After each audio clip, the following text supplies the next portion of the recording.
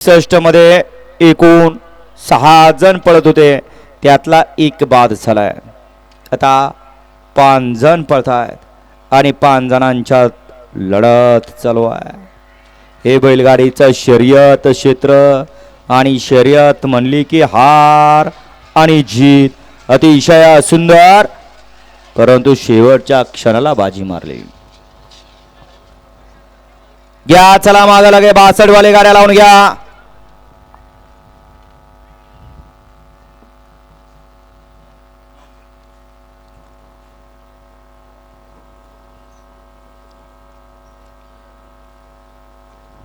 गट क्रमांक 61 चा निकाल.